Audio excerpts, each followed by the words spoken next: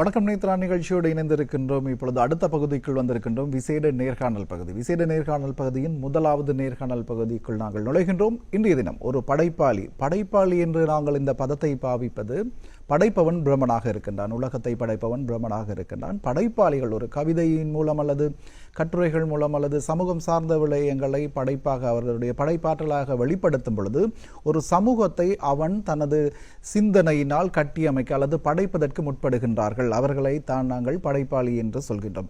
அந்த வகையில் அதே போன்ற ஒரு படைப்பாளி சமூக சார்ந்த அக்கறை கொண்ட, சமூகத்தில் ஏதேனும் ஒரு மாற்றங்கள் ஏற்பட வேண்டும், அதுவும் நல்ல மாற்றங்கள் ஏற்பட வேண்டும் என்று சிந்திக்கின்ற ஒரு பன்முக ஆற்றல் கொண்ட ஒரு படைப்பாளியை இன்று நாங்கள் கலையகம் அழைத்து வந்திருக்கின்றோம். இவர் தொழிலதிபர், அதே போல சிந்தனையாளர், கவிஞர், எழுத்தாளர், மொழிபெயர்ப்பாளர். மொழிபெயர்ப்பு கவிதைகள் சார்ந்த பல மொழிபெயர்ப்பில் அவருடைய விருப்பமான பல விடயங்களை தமிழுக்கு தந்திருக்கின்றார். அதே போல தன்னூக்க பேச்சாளர் அல்லது தத்துணிவு பேச்சாளர் என்று பன்முக ஆளுமை, இவ்வாறு பல படைப்புகளை சமூகத்திற்கு தந்து கொண்டிருக்கும் தொழிலதிபர் PS செல்வரட்னம் என்று அழைக்கப்படும் சுப்பிரமணியம் செல்வா அவர்கள் கலையகம் வந்திருக்கின்றார். வணக்கம் ஐயா. வணக்கம். உங்களுக்கும் இந்த நிகழ்வை பார்த்து கொண்டிருக்கின்ற நேயர்கள் அனைவருக்கும் இனிய வெற்றிகரமான காலை வணக்கம். ஆமாம், சமூகத்தில் பல்வேறு சந்தர்ப்பங்களில் பல்வேறு நபர்களை, சகபாடிகளை நாங்கள் சந்திக்கின்றோம், மனிதர்களை சந்திக்கின்றோம். ஆனாலும் கூட இந்த நவீன யுகத்தில் நாங்கள் ஒருவருக்கொருவர் பேசுவது அல்ல, நாம் இருக்கின்றோம், எமது வேலை இருக்கின்றது என்று ஓடிக்கொண்டிருக்கின்றோம், வேகமான உலகத்தில் ஓடிக்கொண்டிருக்கின்றோம். அவ்வாறு இருக்கும் பொழுது நீங்கள் ஒரு தொழிலதிபர் என்றாலே பெரும்பாலும் அவர்களுடைய வாழ்க்கை தனியான ஒரு வாழ்க்கை வட்டமாக இருக்கின்றது. எப்பொழுதும் ஓடிக்கொண்டே இருப்பார்கள். மற்றவர்களை நின்று சிந்திப்பதுகள் கூட நேரம் இல்லாத ஒருவர்கள் தான் தொழிலதிபர் என்று பொதுவான ஒரு பார்வை என்று. அவ்வாறு இருக்கும் பொழுது நீங்கள் சமூகம் குறித்து சிந்திக்கின்றீர்கள், சமூகம் சார்ந்த பல படைப்புகளை வெளியெடுக்கிறீர்கள். இது எவ்வாறு சாத்தியப்படுகிறது? அதன் உங்களுடைய பயணப்பாதை, உங்களுடைய அறிமுகத்துடன் அந்த உங்களுடைய பழக்கத்தை, உங்களுடைய வாழ்க்கையை பற்றி சொல்லுங்கள்.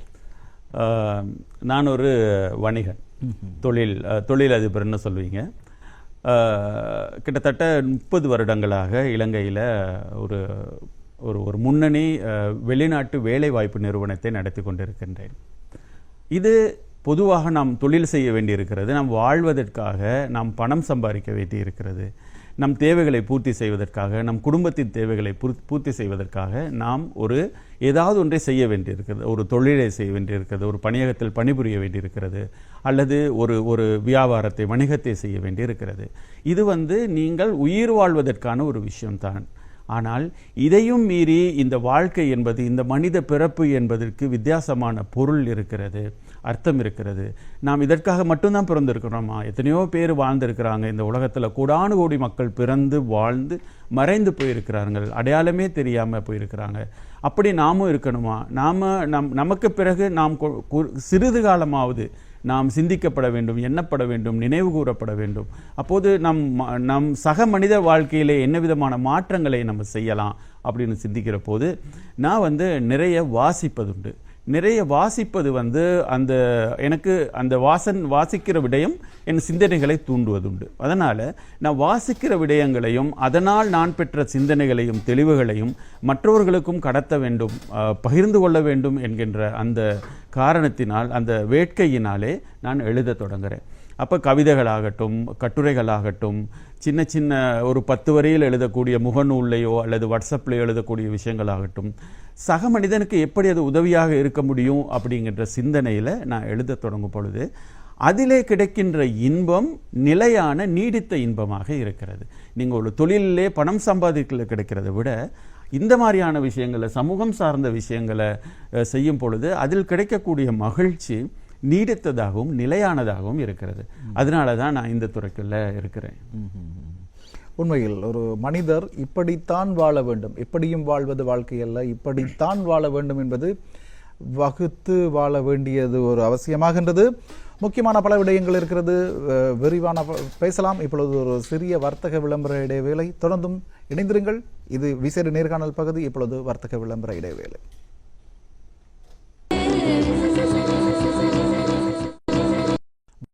நிகழ்ச்சியோடு இணைந்திருக்கின்றோம். விசேட நேர்காணல் பகுதியில் நாங்கள் இணைந்திருக்கின்றோம். வர்த்தக விளம்பர இடைவேளை பின்னர் நேர்காணல் தொடர்கிறது. நாங்கள் தொழிலதிபர், சிந்தனையாளர், கவிஞர், எழுத்தாளர், மொழிபெயர்ப்பாளர், தட்டூக்க பேச்சாளர், SP செல்வரட்னம் எனப்படும் சுப்பிரமணியம் செல்வாவுடன், செல்வா என்ற புனை பெயருடன் எழுதி கொண்டிருக்கின்றீர்கள். நீங்கள் இந்த படைப்பாக பல்வேறு விடயங்களை செய்து கொண்டிருக்கின்றீர்கள். நீங்கள் இன்றைய தலைப்பு கூட அவர் தான் இருந்தது, உலகம் போகிற போக்கில் என்னென்ன விடயங்களில் மாற்றம் செய்தால் நன்றாக இருக்கும் என்று கேட்டிருந்தோம். நீங்கள் ஒரு படைப்பாளியாக இந்த உலகத்தில் என்னென்ன விடயங்களில் மாற்றம் செய்ய வேண்டும் என எண்ணுகின்றீர்கள்? முக்கியமாக இன்று நாம் மனிதர்களோடு பேசுவதில்லை, மனிதர்களை பார்த்து புன்னகைப்பதில்லை. பெரும்பாலும் நாம் ஒரு இயந்திரமயமான வாழ்க்கை தான் வாழ்ந்து கொண்டிருக்கிறோம் அப்படின்னு சொல்லலாம். நம்மளுடைய பெரும்பாலான நேரம் நம்மளுடைய கைபேசியிலே கழிகிறது, அல்லது தொலைக்காட்சியில், அல்லது ஒரு நீங்கள் இணையத்தில், இது போன்ற விஷயங்களை தான் நம்ம கலந்து கொண்டிருக்கிறோம். ஒரு வீட்டுக்கு நீங்கள் போனா கூட அங்கே 4 பேர், அம்மா அப்பா 2 பசங்க இருந்தால் கூட எல்லாரும் தத்தமது இந்த கைபேசியில் மூழ்கி இருப்பதை தான் நாம் காண்கிறோம். அப்போ மனிதர்களுக்கிடையான உறவு, மனிதர்களுக்கிடையான பேச்சுவார்த்தைகள் குறைந்து கொண்டே போகிறது. இப்போது இன்று காலையில் நடந்த ஒரு விஷயத்தை நான் உங்களோட பகிர்ந்து கொள்கிறேன். இன்று காலையில் நான் நடைப்பயிற்சி சென்ற பொழுது தூரத்தில், கிட்டத்தட்ட ஒரு 100 மீட்டர் தூரத்தில் ஒரு பையனை பார்த்தேன். அவர் பார்த்தா என்னுடைய இளைய மகன் போலவே இருந்தார். நான் அவரை பேசாமல் நான் கடந்து போயிருக்கலாம். ஆனால் போய் அவர் பக்கத்தில் நின்று நான் சொன்னேன், நீங்கள் என்னுடைய இளைய மகன் போலவே இருக்கிறீர்கள், அதே உயரம், அதே மாதிரியான எல்லாமே இருக்குது அப்படின்னோடனே அது அவருக்கு மிகுந்த மகிழ்ச்சியை தந்தது. அப்படின்னோடனே என்னுடைய கைபேசி இருந்துச்சு, அதில் எடுத்து என்னுடைய மகனோட புகைப்படத்தை காட்டினேன். அவர் ரொம்ப சந்தோஷப்பட்டு சொன்னார், யூ மேட் மை டே அப்படின்னு சொன்னார். இன்றைய நாள் உங்களால் சிறப்பாக அமைந்தது அப்படின்னு சொல்கிறோம். இது ஒரு சின்ன விஷயம்தான். இது போல நிறைய விஷயங்களை நாம் செய்யலாம். மனிதர்களை பார்த்து நாம் பேசலாம், அவர்களை பார்த்து புன்னகைக்கலாம். இந்த மனித உறவுகள் தான் இந்த வாழ்க்கையை அர்த்தமுள்ளதாக ஆக்குகிறது. என்னதான் இருந்தாலும் நீங்கள் எவ்வளோ நேரம் ஒரு கைபேசியிலையோ அல்லது இணையத்திலேயோ நேரம் செலவழித்தாலும் அது உங்களுக்கு முழுமையான நிறைவை தரக்கூடியதாக இருக்காது. உங்களில் ஏதோ ஒரு குறை இருப்பதாக நீங்கள் எப்பொழுதும் உணர்ந்து கொண்டே இருப்பீர்கள். இந்த புன்னகையை பற்றி நான் பேசும்போது நான் உங்களுக்கு ஒரு என்னோட கவிதை ஒன்று கூட நான் உங்களோட பகிர்ந்து கொள்ளலான் இருக்கிறேன். அது எப்படின்னா, இதுவும் கூட என்னோட அனுபவம் தான். அப்போ காலையில் நடந்து போகும் பொழுது நான் தெரிந்தவர்கள் தெரியாத பார்த்து எல்லாமே புன்னகைக்கிறது உண்டு. ஆனால் சிலர் திரும்ப உங்கள் புன்னகைகளை திருப்பி கொடுப்பாங்க. பலர் அப்படி செய்கிறது இல்லை. ஏன்னா யோசிக்கிறாங்க, இவர் ஏன் புன்னகைக்கிறாரு, ஏதாவது காரியத்தோடையா அப்படின்ட்டு தயங்குறாங்க. அப்போ அதை வச்சு நான் ஒரு கற்பனையில் ஒரு ஆணும் பெண்ணும் அடிக்கடி சந்திக்கின்ற ஒரு காலை நடைப்பயிற்சியின் போது புன்னகைக்காத ஒரு பெண்ணை பார்த்து ஒரு ஆண் சொல்வதாக ஒரு கவிதை எழுதியிருக்கிறேன். எப்படி சொல்வது? ஒவ்வொரு நாளும் காலை நடைப்பயிற்சியில் எதிரெதிரே சந்திக்கிறோம். நேற்று முன்தினம் புன்னகைத்தேன், வெற்று பார்வை வீசி விரைந்து சென்றாய். நேற்றும் புன்னகைத்தேன், உன் கண்களின் கனல் கடற்காற்றையும் கடந்து சுட்டது. இன்று நடப்பதை நிறுத்தி இடுப்பில் கைவித்து உரத்து கேட்கிறாய், ஏன் என்னை பார்த்து தினமும் புன்னகைக்கிறாய் என்று. எப்படி சொல்வது? மனிதரை பார்த்து மட்டுமே புன்னகைக்க முடியும் என்று. எப்படி சொல்வது? புன்னகைக்கு புன்னகையை தவிர வேறு பொருள் இருக்க தேவையில்லை என்று. எப்படி சொல்வது? உன் விபரீத கற்பனைகளுக்கு நான் பொறுப்பில்லை என்று. அப்போ மனிதர்களுக்கிடையான உறவு மேம்படும் பொழுது இந்த வாழ்க்கை பொருள் உள்ளதாக இருக்கும். உண்மையில் நீங்கள் ஒரு தொழிலதிபராக இருக்கின்றீர்கள். ஒரு வாசகம் இருக்கின்றது, கொடுப்பதற்கு சர்க்கரை இல்லாவிட்டாலும் கூட வாயால் இனிமையாக பேசுங்கள். நாங்கள் ஒரு அதிகாலை ஒரு நல்ல பொழுது புலர்கிறது, எதுவும் மற்றவர்களுக்கு கொடுக்க தேவையில்லை, ஒரு இலவசமாக இலகுவாக கொடுக்கக்கூடிய ஒன்று அந்த புன்னகை இலகுவாக கொடுத்து விடலாம். அது அவர்களுக்கு பெரிய மகிழ்ச்சியை தருகிறது. அற்புதமான கவிதை, ஆழமான சிந்தனை. சமகாலத்தில் நீங்கள் சொன்னது போல இயந்திரமனமான வாழ்க்கையில் இருக்கின்றோம். யாரும் யாரை பார்த்துக் கொள்வதில்லை, பேசிக்கொள்வதில்லை. அவ்வாறான ஒரு சிந்தனையில் மனிதநேயத்தோடு நீங்கள் சிந்திக்கின்றீர்கள். உண்மையில் அது பாராட்டப்பட வேண்டிய விடயம். இந்த சமூகத்தில், உங்களுடைய பார்வையில் இந்த சமூகத்தில் என்னென்ன விடயங்களில் மாற்றத்தை ஏற்படுத்த வேண்டும், அதற்காக என்னென்ன விடயங்களை நீங்கள் செய்து கொண்டிருக்கிறீர்கள்? மாற்றத்தை ஏற்படுத்த வேண்டுமென்றால் நம்ம வாழ்க்கையை பற்றி நம்மை முதலாவதாக ஒவ்வொரு தனி மனிதனும் தன்னை பற்றி உணர்தல் வேண்டும். தன்னை உணர்தல் அப்படிங்கிறத நான் ஒரு ஆன்மீக அடிப்படையில் நான் சொல்லலை. ஒருவன் தன்னுடைய பலவீனங்களை உணர்ந்திருக்கணும். தன் பலத்தை எப்படி மேற்படுத்திக் கொள்வது, தன் பலவீனங்களை களைந்து எப்படி அதற்குண்டான அடுத்த நிலைக்கு நம்ம இட்டு செல்வது, இது ஒரு தனிமனித வாழ்வின் உயர்ச்சிக்கு காரணமாக இருக்கும், தனிமனித வாழ்வின் உயர்வுக்கு காரணமாக இருக்கும். அடுத்து எப்படி ஒரு சக மனிதனோட உறவு காண்பது, உறவு கொள்வது அப்படின்ட்டு. நாம் பொதுவாகவே மனிதர்களோட உறவு கொள்ளும் பொழுது எதிர்வினையாற்றுவர்களாகத்தான் இருக்கிறோம். நம்ம நேர்வினை ஆற்றுறது இல்லை. அதாவது we are not proactive, we are reactive. அப்போ நாம் என்ன பண்றோம், ஒவ்வொரு முறையும் ஒரு மனிதரை நாம் ஒரு மனிதர்களையோ சூழ்நிலைகளையோ எதிர்கொள்ளும் பொழுது அதை நேர்மறையாக பார்த்து அதற்காக நம் பதில் சொல்லவோ அதற்கான பதில் செயல்களை செய்யவோ நாம் தயாராக இருக்கிறதில்ல. எப்பொழுதுமே நமக்கு பலவிதமான முன்முடிவுகளோடு நம்ம வாழ்ந்து கொண்டிருக்கிறோம். அந்த முன்முடிவுகளின் காரணமாக நம் சிந்தனை வட்டம் குறுகியதாகவும் ஒரே நேர்கோட்டில் போவதுமாக இருக்கிறது. அப்போ இதை தாண்டி நம் ஒரு தனி மனிதனாக அல்லது ஒரு சமூகத்தின் ஒரு அங்கத்தினனாக, ஏனென்றால் மனிதன் என்பவன் சமூக விலங்கு. ஒரு உங்களால் இன்னொரு மனிதனோடு தொடர்பு கொள்ளாமல் இந்த உலகத்தில் வாழவே முடியாது. அப்படி இருக்கும் பட்சத்திலே அந்த மனிதர்களுடனான உறவு, அந்த எப்படி நீங்க ஒரு நேர்மறையாக அவர்களுடைய பழகுகிறீர்கள், இது ஒரு முக்கியமானது ஒரு விஷயம். மற்றது நம்மளுக்கு கொடுப்பதற்கு நீங்க சொன்னீங்க, எதை வேணாலும் கொடுக்கலாம் சொல்லிட்டு பாரதி சொல்லியிருக்கிறார், நிதி மிகுந்தவர் பொற்குவை தாரீர், நிதி குறைந்தவர் காசுகள் அருளீர், அதுவும் மற்றோர் வாய்ச்சொல் அருளீர் சொல்றாரு. உங்களுக்கு நிறைய பணம் இருந்தால் நீங்கள் பணத்தை கொண்டு செல்வத்தை கொண்டு சக மனிதனுக்கு உதவி செய்யலாம், என்ன வேணாலும் செய்யலாம். அது இல்லாட்டி குறைந்த பணம் இருந்தால் நீங்கள் குறைந்த விதத்தில் கொடுக்கலாம். அதுவும் இல்லாட்டி வாய்ச்சொல்லில் அருளியல் அப்படின்னு சொல்லும் பொழுது உங்கள் சிந்தனையால், உங்களால் கொடுக்கக்கூடிய அறிவுரைகளினால அல்லது உங்கள் அனுபவங்களை பகிர்ந்து கொள்வதனால ஒரு சக மனிதனை உயர்த்த வேண்டும் என்றால் அதுவும் ஒரு ஈகை தான். அப்படி வாழும் பொழுதுதான் நாம் சமூகமாக ஒரு ஒன்றுபட்ட மனிதர்களாக எல்லோரும் சேர்ந்து உயர முடியும். உண்மையில் இவ்வாறான முற்போக்கான சிந்தனைகள் மனித குலத்திற்கு அவசியமாகிறது, அதுவும் இன்றைய காலகட்டத்திற்கு அவசியமாகிறது. அடுத்ததாக உங்களுடைய தொகுப்பு ஒன்று வந்திருக்கின்றது, சுப்பிரமணியம் சில்வாவின் தொடு தூரத்தில் வெடிவானம். இந்த புத்தகம் பற்றி சொல்லுங்கள். இந்த புத்தகத்தில் என்னென்ன விசேட விடயங்கள் இருக்கின்றது, எதற்காக முக்கியமாக இது படைக்கப்பட்டது என்ற விடயங்களை நாங்கள் பகிர்ந்து கொள்ளலாம். இந்த நூல் என்னுடைய கவிதைகளின் தொகுப்பு. நான் சிறு வயதிலிருந்து நான் ஏற்கனவே சொன்ன மாதிரி வாசிப்பது, ஒரு நல்ல ஒரு தேர்ந்த வாசிப்பவன் எழுத்தாளனாக ஆவதற்கான வாய்ப்புகள் அதிகம். அப்போ ஒரு நல்ல கவிதை இன்னொரு கவிதையை உருவாக்கத்தக்கதாக இருக்க வேண்டும். அப்போது நான் ஆரம்ப காலத்தில் வாசித்த கவிதைகள் அதெல்லாம் என்னையும் எழுத தூண்டியது. அப்போ நிறைய பத்திரிகைகளுக்கெல்லாம் நான் எழுதியிருக்கிறேன். அப்போது ஆரம்பத்தில் சின்ன சின்ன பொதுவான விஷயங்களை, இயற்கையை பற்றி, காதலை பற்றி, இது போன்ற விஷயங்களை நான் எழுதி கொண்டு வந்தேன். ஆனால் என்ன நடந்ததுன்னா, போக போக இந்த வாழ்க்கையில் நாம் அனுபவங்களை பெறும்போது, புதிய புதிய விடயங்களை கற்றுக்கொள்ளும் பொழுது, மன முதிர்ச்சி பெறும் பொழுது, மனப்பக்குவம் பெறும் பொழுது, இதையும் தாண்டி பல விஷயங்களை எழுதணும் அப்படின்னு சொல்லும்போது என் வாழ்க்கையில் நான் சந்தித்த விடயங்கள், அவை எனக்கு கொடுத்த தெளிவோ, இவற்றை கவிதைகளாக ஆக்க முயன்றேன். அப்போ வாழ்க்கை சிந்தனைகள், அதுக்கும் போக தன்னூக்க கவிதைகள், சோர்ந்து போயிருக்கின்ற மனங்களை எப்படி நம்மளால் ஏதாவது ஒரு 4 வார்த்தையை சொல்லி அவர்களால் ஊக்குவிக்க முடியுமா அப்படிங்கிற சிந்தனையின் வெளிப்பாடாக பல கவிதைகள் இருக்கின்றன. இந்த கவிதையோட மகுட கவிதை கூட தொடு தூரத்தில் விடிவானம். நம்ம எல்லாரும் நினைத்து கொண்டிருக்கிறோம் விடிவானம் என்பது வெகு தூரத்தில் இருக்கிறது. நான் என்ன சொல்றேன், அப்படி இல்லை. முயன்றால் தொடு தூரத்தில் தான் விடிவானம் இருக்கிறது. அந்த விடிவானத்தை தொட்டுவிட்டால் நாம் வாழ்க்கை விடியலை சந்திக்கலாம் என்பது, அது போன்ற கவிதைகளை நான் நிறைய எழுதியிருக்கிறேன். அதில் சொல்லிக்கலாம்.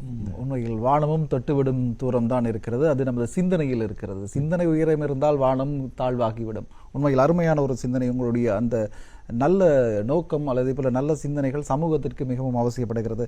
அதே போல மற்றொரு புத்தகம், அகவரிகள் வாழ்க்கை திசை காட்டி பாகம் 1. இந்த புத்தகம் எதை சொல்கிறது? அகவரிகள் என்று சொல்லப்பட்டிருக்கின்றது, வாழ்க்கையின் திசை காட்டி பாகம் 1. என்னத்தை சொல்ல வருகிறீர்கள்? இது என்னுடைய அகவரிகள். இது வாழ்க்கை திசை காட்டி, வாழ்க்கை திசையை காட்டுகிற விஷயங்களை பற்றி எழுதியிருக்கேன். இது பாகம் 1. என்னில் தோன்ற சிந்தனைகளை, கவிதைகளை தாண்டி நான் உரைநடையில் எழுதுறது உண்டு, கட்டுரைகளாக அல்லது ஒரு 10-15 வரிகள் இருக்குது. இப்போ இந்த காலத்தில் எல்லாரும் பெரிய விஷயங்களை, நீண்ட விஷயங்களை வாசிப்பது இல்லை, கஷ்டப்படுறாங்க. அதனால் சின்ன சின்னதாக அந்த கருத்துக்களை சொல்லணுங்கிற ரீதியில் என் முகநூல் பக்கங்களிலும் என் வாட்ஸ்அப்லையும் எனக்கு ஒரு குழுமம் இருக்கிறது. அந்த வாட்ஸ்அப் குழுமத்திலையும் நான் எழுதி கொண்டு வர்றேன். அப்போ இதுலேயும் பெரும்பாலான வாழ்வியல் சிந்தனைகள், நான் வாசித்தவற்றின் நல்ல விஷயங்கள், வாசித்த ஆங்கில கவிதைகளின் மொழியாக்கம் தமிழில் மொழியாக்கி கொடுத்துருக்கிறேன்.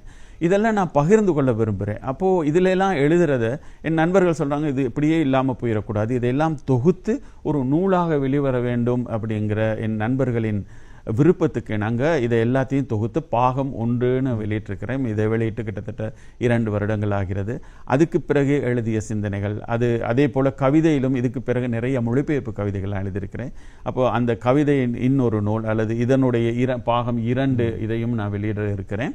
இதுலேயும் அதுதான் நம் சிந்தனைகளை நம்ம பகிர்ந்து கொள்றதா என்னை வந்து சேர்ந்தவை, என்னிலிருந்து உதித்தவை, நான் உங்களுக்கு பயனுள்ளதாக இருக்கும் என்று நான் நினைப்பதை நான் எழுதுகிறேன், அதை பகிர்ந்து கொள்கிறேன். அதுதான் என்னுடைய அகவரிகள். என்னை உருவாக்குகிற, என்னை செம்மைப்படுத்துகிற, என்னை வழிகாட்டுகிற அகவரிகள், என் அகத்தின் வரிகள். அந்த அகத்தின் வரியை நாங்கள் இன்று ஓரளவு படித்து தெரிந்து கொள்ளக்கூடியதாக இருந்த ஒரு நல்ல மனிதரை நாங்கள் சந்தித்திருக்கின்றோம். பெருமையாக இருக்கின்றது. உங்களுடைய அடுத்த முகம் ஒன்று இருக்கின்றது, உசார் துணை பேச்சாளர், தற்துணிவு பேச்சாளர். இன்றைய காலை பொழுதில் ஏதேனும் ஒரு ஊக்கம் தரக்கூடிய ஒரு சிந்தனை அல்லது பேச்சை அல்லது ஒரு விடயத்தை சொல்ல முடியுமா நமது சொந்தங்களுக்காக? ஆமாம், நிச்சயமாக சொல்லலாம். நாம் வந்து எப்பொழுதும் நம் எதிரே நாம் சில விஷயங்களை செய்ய முயற்சி செய்கிறோம், ஆனால் வெற்றிகள் கிடைக்கிறது இல்லை. வெற்றி கிடைக்காத போது நம்ம எதிரே இருக்கக்கூடிய எல்லா கதவுகளும் மூடி இருக்கின்றன அப்படின்னு நம்ம நினைக்கிறோம். ஆனால் உண்மையிலே எல்லா கதவுகளும் மூடப்படுவதற்கு காரணமும் இருக்கிறது. ஒரு கதவை நான் ஒரு கவிதைக்குள்ள எழுதியிருக்கிறேன், மூடிய கதவை முழு நேரமும் வெறிக்கிறாய், திறந்திருக்கும் கதவுகளை திரும்பி பார்க்க மறுக்கிறாய் அப்படின்னு சொல்லிட்டு. அப்போ ஒரு கதவு மூடு என்றால் இன்னொரு கதவு, இன்னும் பல கதவுகள் திறந்திருக்கின்றன. வாழ்க்கை என்பது நேர்கோட்டிலே செல்லக்கூடிய பயணம் அல்ல. வளைவுகளும் நெளிவுகளும் சுழிவுகளும் மேடும் பள்ளமும் நிறைந்தது தான் வாழ்க்கை. நம்ம எப்பவுமே அந்த பாதை வளைந்து போகும் பொழுது அந்த வளைவுகள் தான் முடிவுகள் அப்படின்னு நினைக்கிறோம். நிச்சயமாக வளைவுகள் முடிவுகள் அல்ல. அந்த வளைவுகளை தாண்டி புதிய பாதை, புதிய வாய்ப்புகளோடு காத்திருக்கிறது.